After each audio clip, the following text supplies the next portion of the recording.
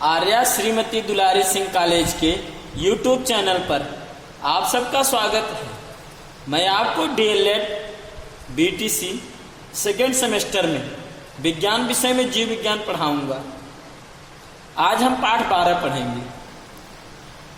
पाठ का पाठ्यक्रम है पर्यावरण प्रदूषण यानी इन्वायरमेंटल पोल्यूशन। आप सभी को इस लेक्चर में पढ़ाए गए पाठ का नोट्स तैयार करना है। तो चलिए शुरू करते हैं। आज का टॉपिक है पर्यावरण प्रदूषण। तो पर्यावरण प्रदूषण जो है यह पाठ का पाठ्यक्रम है यानी जो है, और पाठ जो है 12। तो इसमें पर्यावरण प्रदूषण के बारे में पढ़ना है, इन्वायरमेंटल पोल्यूशन के बारे में। तो इन्वायरमेंटल पोल्यूशन है क्या?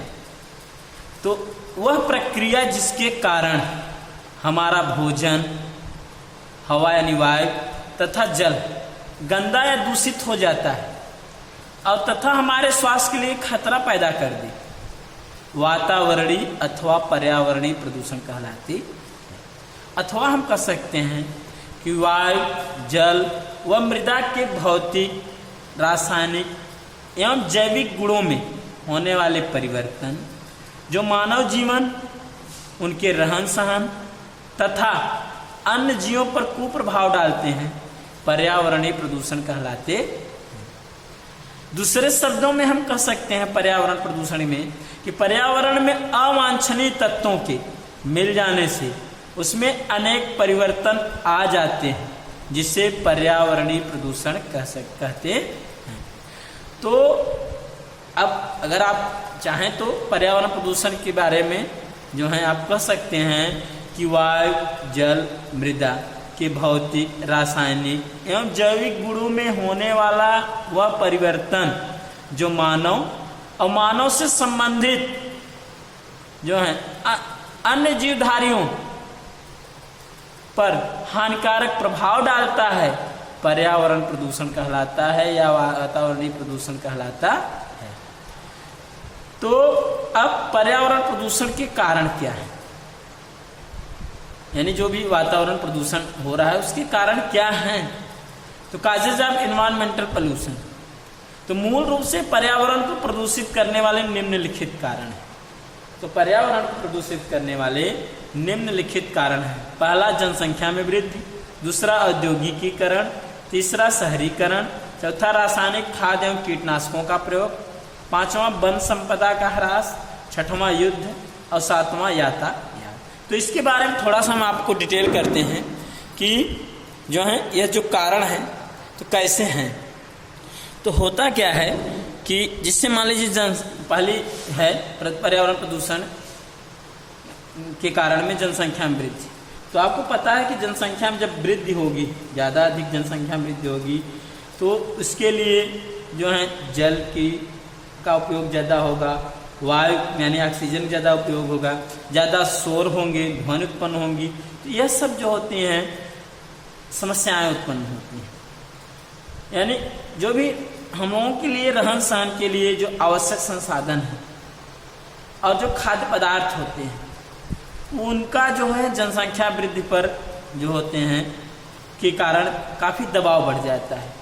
तो जिससे क्या होता है, जब दबाव बढ़ जाता है तो समस्त पर्यावरण जो होते हैं इससे जो होते हैं जो है दूषित हो जाती हैं। यानी जनसंख्या में वृद्धि से जो है जल में भी, थल में भी, वायु में भी, इन सब में क्या होता है कि जो है काफ़ी दबाव पड़ता है। जल पर भी प्रभाव पड़ता है, वायु हमने आप बताया कि ज़्यादा चूँकि जनसंख्या वृद्धि होगी, ऑक्सीजन की जो है अधिक खपत होगी, CO2 ज़्यादा छोड़ेंगे। तो इससे क्या होते हैं और भी वातावरण प्रदूषित होता है। ईंधन वगैरह का इस्तेमाल करेंगे तो भी वातावरण प्रदूषित करेंगे, मोटर गाड़ियां बढ़ेंगी, वातावरण प्रदूषित करेंगे। तो जो है इससे क्या होता है कि काफ़ी दबाव बढ़ जाता है। जब दबाव बढ़ेगा, अच्छा ज़्यादा प्रदूषण, ज़्यादा व्यक्ति रहेंगे, क्योंकि होता क्या है कि जहाँ पर मनुष्य रहते हैं वहीं पर ज़्यादा प्रदूषण होता है। अगर मनुष्य नहीं है तो जो है प्रदूषण कम होता है। तो जनसंख्या वृद्धि में भी क्या होती है कि यह भी प्रदूषण का मुख्य कारण होती है। दूसरा, औद्योगिकीकरण। तो अब औद्योगिकीकरण मतलब इंडस्ट्रियलाइजेशन, यानी मनुष्य ने क्या किया कि जो है अपनी आवश्यकताओं की पूर्ति के लिए, यानी जो भी भौतिक आवश्यकताएं होती हैं उसके पूर्ति के लिए क्या किया कि उद्योग स्थापित किया। तो उद्योग स्थापित करने में क्या किया कि इसमें जो प्राकृतिक संसाधन है, जैसे मान लीजिए पेड़ पौधे, उनकी कटाई किया, तो और जब कटाई कर दिया तो अगर वन नहीं रहेंगे तो भी क्या होते हैं, वातावरण जो होते हैं प्रदूषित हो जाती है। तो प्राकृतिक संसाधन का अनियंत्रित उपयोग किया मानव, जब अब उसी के जो होते हैं भयंकर दुष्परिणाम जो होते हैं उत्पन्न हुए। तो भयंकर दुष्परिणाम में क्या हुआ कि मृदा भी प्रदूषित हुई, जल भी दूषित हुआ, तापमान में वृद्धि हुई, मनुष्यों के स्वास्थ्य पर भी बुरा प्रभाव पड़ रहा है, वन पर भी, चूंकि वन कटाई हो जा रही, कृषि भी यानी खेत भी औद्योगिकीकरण के कारण जो होते हैं काफ़ी प्रभावित हुए हैं। तो यह सब क्या होते हैं कि औद्योगिकीकरण भी जो होते हैं प्रदूषण फैलाने में काफ़ी अहम भूमिका निभा रहे हैं। अब बात करते हैं शहरीकरण की, अर्बेनाइजेशन। तो अब जनसंख्या जब दिन प्रतिदिन बढ़ रही है तो गांव के जो व्यक्ति होते हैं वो शहर की ओर बढ़ेंगे, यानी शहर की ओर पलायन करते हैं। तो यानी जनसंख्या जो होते हैं गांव में घट रही है, तो जब गांव में जनसंख्या घट रही है फिर शहर की ओर जा रहे हैं, तो अब इससे क्या होता है, शहरों पर काफ़ी दबाव बढ़ गया। तो जब शहर पर काफ़ी दबाव बढ़ गया तो जो है गंदी बस्तियों का भी विकास हो रहा है, क्योंकि शहर में ज़्यादा चले गए तो रहने के लिए उनको आवास चाहिए, स्थान चाहिए। जब स्थान न मिलेगा तो क्या करेंगे, झोपड़पट्टी वगैरह रख करके जो होते हैं अपना जो है आवास बनाएंगे। तो इससे क्या होता है, गंदी बस्तियां उत्पन्न होंगी, और गंदी बस्तियों में जब होगा, गंदी बस्तियों का विकास होगा तो इसमें क्या करेंगे, प्राकृतिक वस्तुओं का दोहन भी करेंगे, क्योंकि जो कमज़ोर तबके वाले लोग रहेंगे, ईंधन से जो होते हैं लकड़ी से खाना पकाएंगे तो धुआं करेंगे, तो इससे भी क्या होते हैं कि जो होते हैं प्रदूषण होगा, तो वातावरण प्रदूषित हो जाती है। तो शहरीकरण के लिए भी पेड़ पौधे की भी कटाई करेंगे तो भी वातावरण प्रदूषित हो जाता है। अब अगला है रासायनिक खाद एवं कीटनाशकों का प्रयोग। होता क्या है कि जब जनसंख्या में वृद्धि हुई तो अधिक उत्पादन के लिए क्या किए कि रासायनिक खाद का भी प्रयोग किए, और कीड़े मकोड़ों से बचाने के लिए कीटनाशक दवाओं का प्रयोग किए। तो यह क्या होते हैं कि मिट्टी में मिलते हैं, मिट्टी से फिर जल में पहुंच गए, जल में पहुंच करके जल को दूषित किए। फिर इसके बाद क्या हुआ, जीव जंतु और मनुष्य के लिए भी जब जल दूषित हुआ तो जो उस जल को अगर मनुष्य या जीव जंतु उसको ग्रहण किए, यानी मनुष्य के शरीर में या जीव जंतु के शरीर के अंदर प्रवेश किए, तो इसका जो होते हैं हानिकारक प्रभाव पड़ता है, काफ़ी रोग हो जाते हैं। तो यानी रासायनिक खाद और कीटनाशकों के प्रयोग से भी जो होते हैं पर्यावरण प्रदूषित होते हैं। अगला है वन संपदा का ह्रास। तो हमने आपको बताया कि जब पेड़ पौधे कट जाएंगे और बड़ी बड़ी इमारत बन जाएगी तो वनों के कटने से क्या होता है कि वायु प्रदूषित होता है और जल में भी प्रदूषण होगा और मृदा भी क्या होती हैं, प्रदूषित होती हैं। तो ऑक्सीजन की कमी होगी, CO2 में वृद्धि होगी, इससे फेफड़े की बीमारी होती है और मानसिक विकृतियां भी उत्पन्न हो जाती। तो पर्यावरण प्रदूषण में वन संपदा की कमी भी जो होते हैं अहम भूमिका रखती है। अब बात करते हैं युद्ध की। तो हुआ क्या कि युद्ध भी जो होते हैं पर्यावरण प्रदूषण में जो होते हैं वह भी अहम भूमिका निभाते हैं। तो अब दिन प्रतिदिन क्या हो रहा है कि जो है आतंकवाद भी बढ़ रहा है। तो यह आतंकवाद जो होते हैं जो है काफ़ी जो होते हैं हानिकारक होते हैं। अब आतंकवाद के कारण जो होते हैं युद्ध की संभावना काफ़ी बढ़ रही है। तो अब इससे क्या होता है, जब युद्ध होती है तो बम वगैरह जो होते हैं छोड़े जाते हैं, तो इससे धूल, विषैले धुएं ये सब फैल करके वातावरण क्या करते हैं, दूषित कर देते हैं। तो विषैले पदार्थ जो होते हैं समुद्र में भी मिल जाते हैं, तो समुद्री जीव भी मरने लगते हैं। तो जो ये समुद्री जीव मरेंगे तो यानी इनकी भी समुद्री जीव जंतु मर जाते हैं। तो युद्ध भी क्या होता है कि पर्यावरण के प्रदूषण में भी अहम भूमिका निभाता है। यातायात यानी ट्रांसपोर्टेशन, मोटर गाड़ियाँ का बढ़ना, तो यातायात जो होते हैं तो यह वायु को प्रदूषित करने में भूमिका निभाते हैं। तो वाहनों से क्या होते हैं, धुआं निकलता है मोटर गाड़ियों से, अब यह वायु को प्रदूषित कर देते हैं। तो तो वायु जो होते हैं विषैली हो जाती है। तो मनुष्य में को भी और अन्य जो होते हैं जीव जंतुओं के लिए भी वह हानिकारक होती है वायु। तो इस प्रकार से जो होते हैं पर्यावरण को प्रदूषित करने में मूल रूप से ये सब कारण जो होते हैं सहायक होते हैं।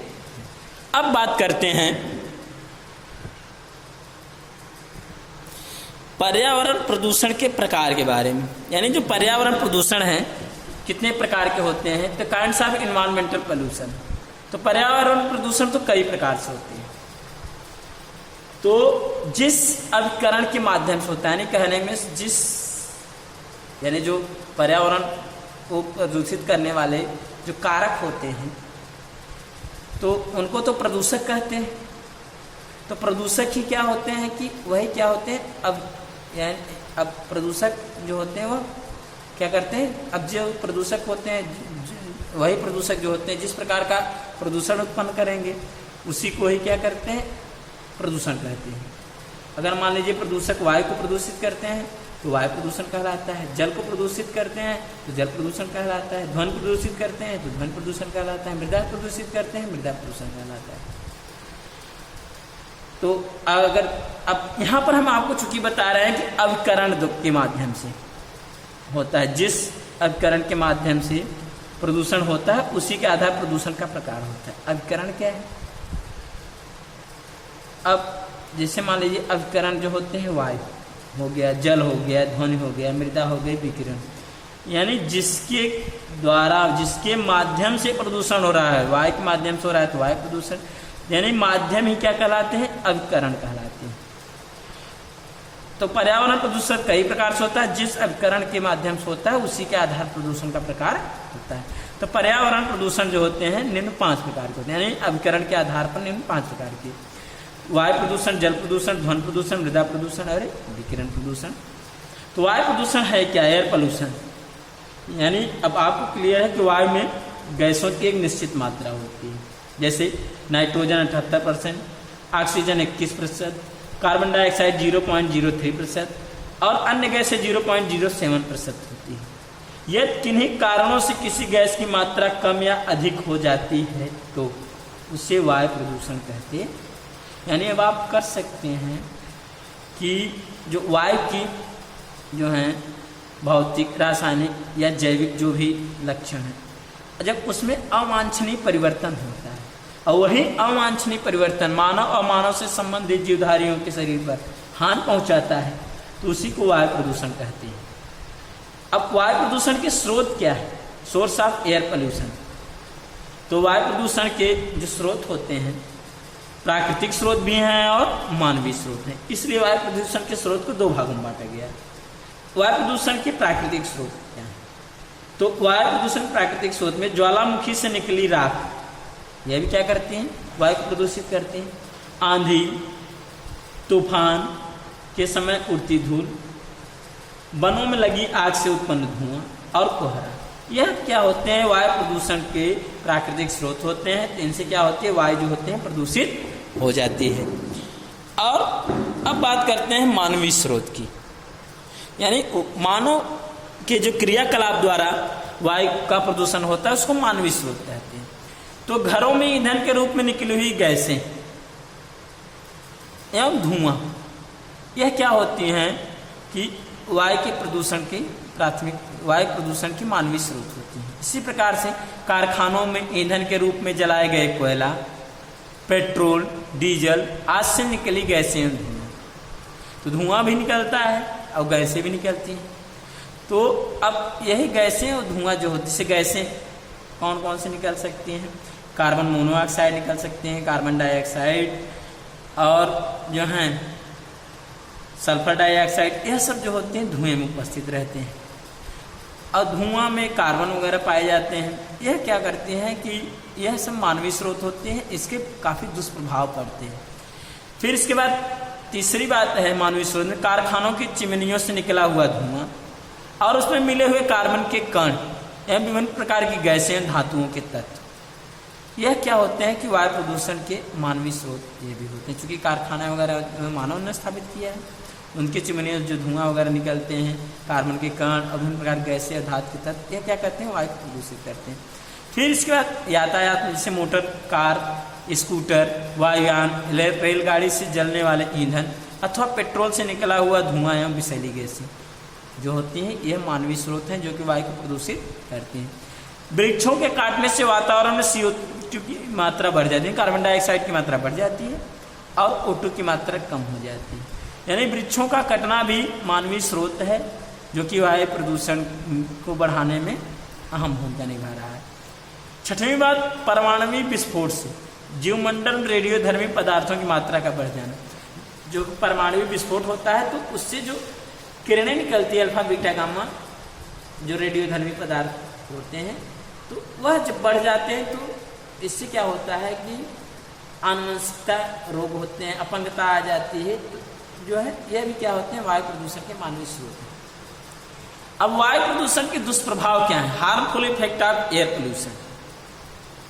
पहली बात है कि धुएं में स्थित जो होते हैं, हमने आप बताया कि जो धुएं निकल रहे हैं इसमें कार्बन मोनोऑक्साइड गैस का प्रभाव जो है मस्तिष्क पर पड़ता है। तो कार्बन मोनोऑक्साइड जो होते हैं मस्तिष्क को प्रभावित करते हैं, तो इससे मनुष्य में क्या होते हैं, क्षय रोग हो जाते हैं, यानी टीबी हो जाएंगे, कैंसर हो जाएंगे, फिर दमा यानी अस्थमा रोग हो जाएंगे, यह बीमारियां हो जाती हैं। फिर दूसरी बात, धुएं में स्थित सल्फर डाइऑक्साइड गैस से मनुष्य में फेफड़े संबंधी अनेक बीमारियों से दमा, खांसी भी रोग हो जाती है। कार्बन और धुआं से कैंसर होता है एवं क्षय रोग हो जाते हैं, क्योंकि हमने आप बताया कि कार्बन पाए जाते हैं धुएं में और धुआं तो है ही, तो उसमें और भी बहुत सारी विषैली गैसें होती है जिससे कैंसर क्षय। कैडमियम जो होते हैं कि कण जो होते हैं रक्तचाप यानी ब्लड प्रेशर को बढ़ा देते हैं। जो कैडमियम निकलते हैं कारखानों वगैरह से, यह सब क्या करते हैं कि रक्तचाप यानी रुधिर दाब को बढ़ा देते हैं। अब बात करते हैं आगे ओजोन गैस की बात करते हैं। तो जो ओजोन होता है इसके प्रभाव से त्वचा कैंसर नामक रोग हो जाते हैं। तो आँखों के रोग भी होते हैं, सीने में जलन, खांसी आदि रोग हो जाते हैं ओजोन के प्रभाव से। धूल व कार्बन के कण पत्तियों पर जमा होकर के प्रकाश संश्लेषण की क्रिया को मंद कर देते हैं। तो धूल और कार्बन कण अगर पत्तियों पर जमा होंगे, प्रकाश संश्लेषण क्रिया जो होती है मंद हो जाती है, तो इससे जो होते हैं पौधों का भी विकास नहीं होगा। और फिर इसके बाद अगला पॉइंट है रुधिर में शीशे की अधिक मात्रा से, क्योंकि जो कारखानों से निकले वगैरह जो शीशे वगैरह होते हैं वह क्या करते हैं, इससे जो होते हैं कि जब अधिक मात्रा हो जाती है तो मृत्यु हो जाती है, रुधिर में ज़्यादा बढ़ जाते हैं। तो कम मात्रा में इसका प्रभाव तंत्रिका तंत्र पर और गुर्दों पर प्रभाव डालता है, यानी कम मात्रा से तंत्रिका तंत्र प्रभावित होते हैं, गुर्दे प्रभावित होते हैं, लेकिन अधिक मात्रा से मृत्यु भी हो जाती है, जो कि वायु में उपस्थित शीशे होते हैं। तो अब रेडियोधर्मी पदार्थों के कण जो होते हैं जीवित ऊतकों को मृत बना देते हैं। जो रेडियोधर्मी पदार्थ होते हैं, जो जीवित ऊतक होते हैं यानी जीवित कोशिकाएं होती हैं, उनको क्या करते हैं, मृत कर देते हैं। तो इसका प्रभाव गुणसूत्रों पर पड़ता है। गुणसूत्रों पर स्थित जीव आनुवंशिकता के वाहक होते हैं। जो गुणसूत्रों पर स्थित जो होते हैं जीन होते हैं, जीन वह आनुवंशिकता के वाहक होते हैं, यानी आनुवंशिक लक्षणों के यानी पैतृक लक्षणों को एक पीढ़ी दूसरी पीढ़ी में ले जाने में सहायक होते हैं। इस कारण से रोग मनुष्यों को हो जाते, यानी जो माता पिता के रोग रहेंगे वही स्थानांतरित होकर बच्चों में भी हो जाते हैं, तो वे अन्य पीढ़ियों में भी पहुंच जाते हैं, यानी कहने एक पीढ़ी से दूसरी पीढ़ी में भी ट्रांसफर, यानी गुणसूत्र प्रभावित कर देता है, यानी परिवर्तन उत्पन्न करने में जो होते हैं रेडियोधर्मी पदार्थ जो होते हैं सहायक हो रहे हैं। अब वायु प्रदूषण के नियंत्रण के उपाय की बात करते हैं, methods to control air pollution, यानी वायु प्रदूषण को कैसे नियंत्रित किया जा सकता है। तो घरों में धुआं रहित ईंधनों के उपयोग को बढ़ावा दिया जाना चाहिए, यानी घरों में जो होते हैं धुआं विहीन जो ईंधन है उनके उपयोग को बढ़ावा दिया जाना चाहिए, जैसे सौर ऊर्जा और कुकिंग गैस का उपयोग किया जाना चाहिए। तो इससे क्या होंगे, ईंधन से धुआं वगैरह नहीं होंगे, गैसें वगैरह नहीं उत्पन्न होंगी, विषैली गैसें। तो फिर इसका दूसरी बात है कि स्वचालित वाहनों से उत्पन्न धुएं को निर्वातक पर छन्ना तथा पश्चज्वलक लगाकर कम किया जाता है। जो स्वचालित वाहन है उससे जो धुएं निकल रहे हैं जो साइलेंसर वगैरह से, तो उस पर छन्ना लगवा देनी चाहिए और पश्चज्वलक जो होते हैं आता है तो उसको लगा करके क्या होता है, कम किया जा सकता है धुएं को। डीजल में कुछ अन्य पदार्थ मिलाकर और पेट्रोल में लेड यानी शीशा जैसे विषैले पदार्थ निकाल कर उपयोग करना चाहिए।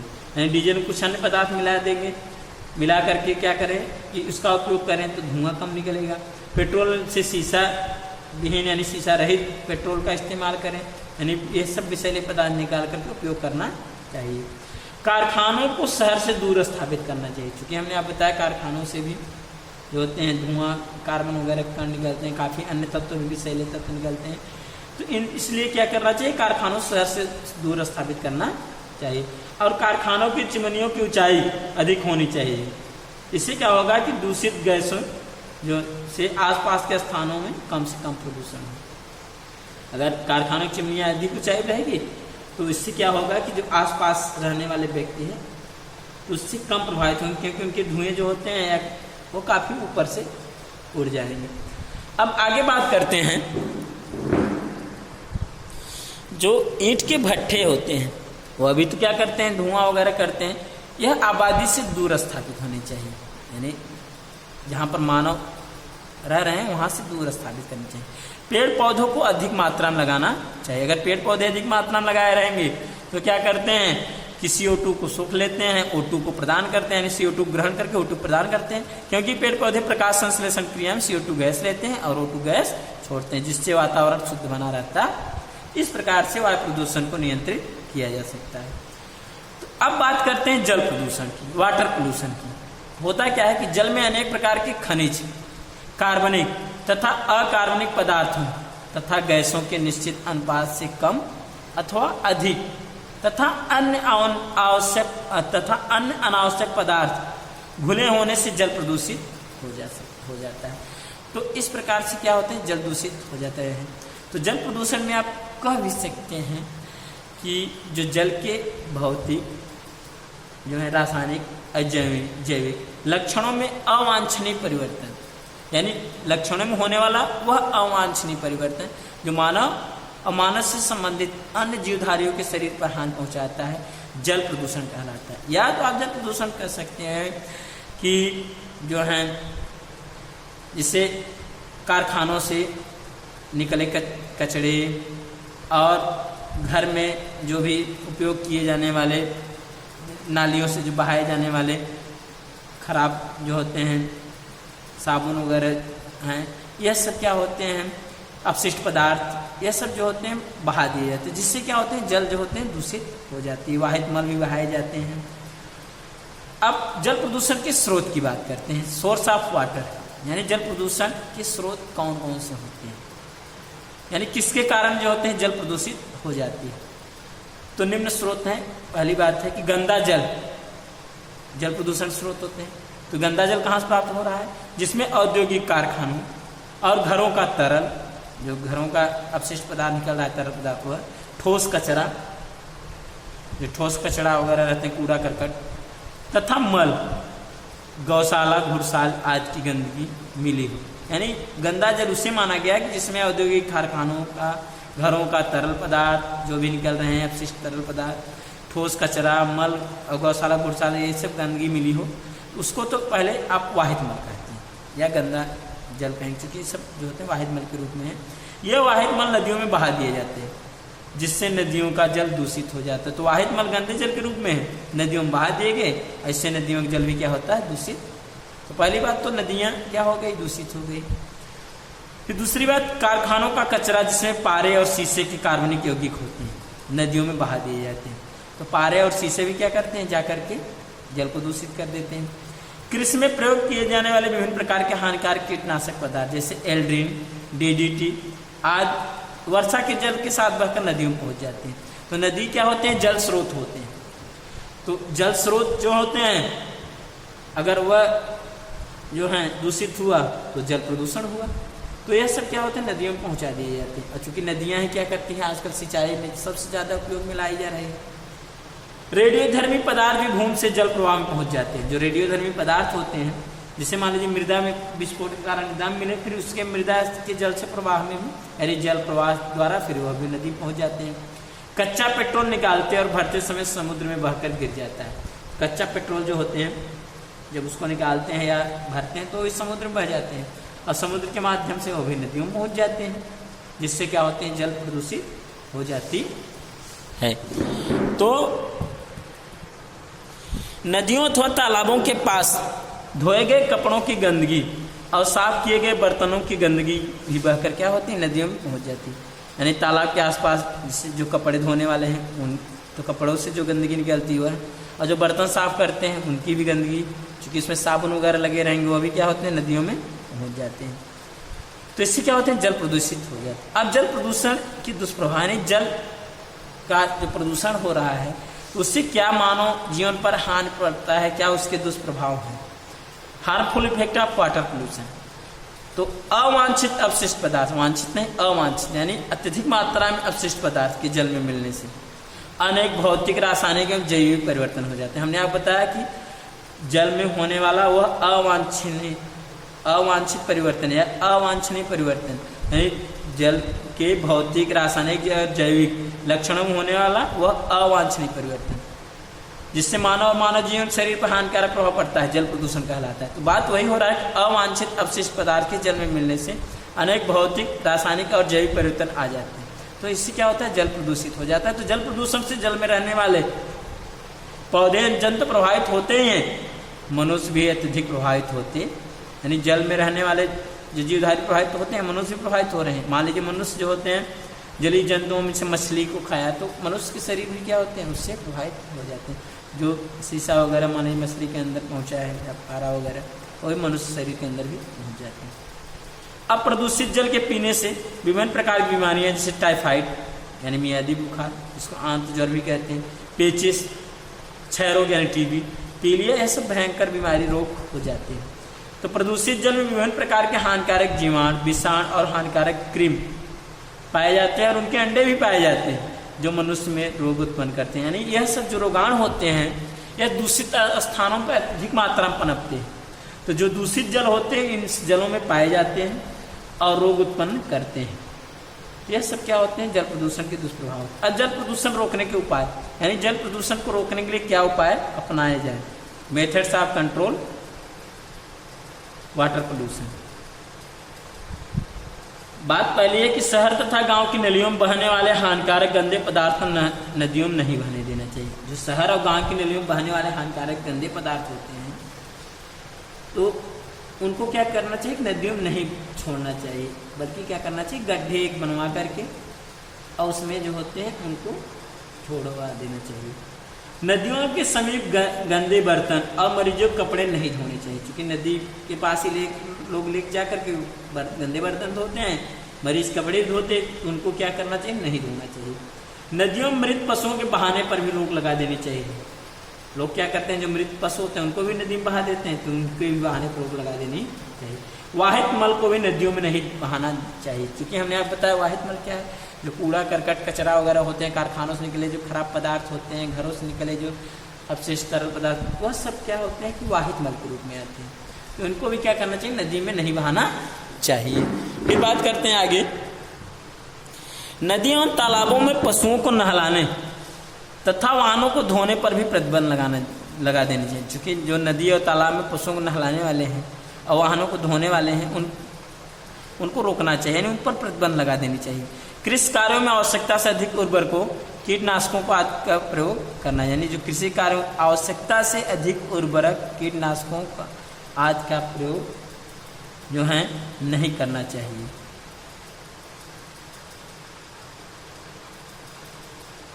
तो यहाँ पर नहीं लिख देना है, नहीं करना चाहिए। उद्योगों को नदियों के किनारे स्थापित नहीं करना चाहिए। जो उद्योग हैं, जो औद्योगिक कारखाने नदियों के किनारे स्थापित नहीं करना चाहिए। अगर स्थापित किए रहेंगे तो कुछ न कुछ जो है उसमें जो है प्रवाहित हो सकता है। औद्योगिक कारखानों के अपशिष्ट पदार्थों को सीधे साधे नदियों में नहीं बहाना चाहिए, सीधे तौर पर जो है नदियों में नहीं, अपितु इन पदार्थों को दोष रहित करके ही नदियों में बहाना चाहिए, यानी इनको प्यूरिफाइड करके ही नदियों में बहाना चाहिए। परमाणु शक्तियों का प्रयोग जलाशयों में या जलाशयों के समीप नहीं करना चाहिए। परमाणु शक्ति प्रयोग करेंगे तो उससे क्या होती है, रेडियोधर्मी पदार्थ भी जल में मिल जाते हैं। जन साधारण में जल प्रदूषण के कारणों दुष्प्रभाव एवं रोकथाम विधियों के बारे में जागरूकता बढ़ानी चाहिए। जो जन साधारण जो जनता होती है उनमें जल प्रदूषण किस कारण हो रहा है उसके बारे में, जल प्रदूषण क्या दुष्प्रभाव हैं और इसकी रोकथाम विधि के बारे में जो है जागरूकता बढ़ानी चाहिए, यानी जनता को बतानी चाहिए। प्रदूषित जलाशयों की सफाई भी समय समय पर करते रहना चाहिए। जो प्रदूषित जलाशय हैं उनकी भी सफाई समय समय पर करते रहें। तो इस प्रकार से आज हम आपको जो है प्रदूषण के बारे में बताया, तो जिसमें हम आपको वायु प्रदूषण और जल प्रदूषण के बारे में बताएं। आशा करते हैं आपको आज का वीडियो जो है पसंद आया होगा और आप जो है इसको अच्छे से तैयार भी कर लेंगे। तो अगले वीडियो में हम आपको ध्वनि प्रदूषण और मृदा प्रदूषण के बारे में बताएंगे। तब तक के लिए धन्यवाद।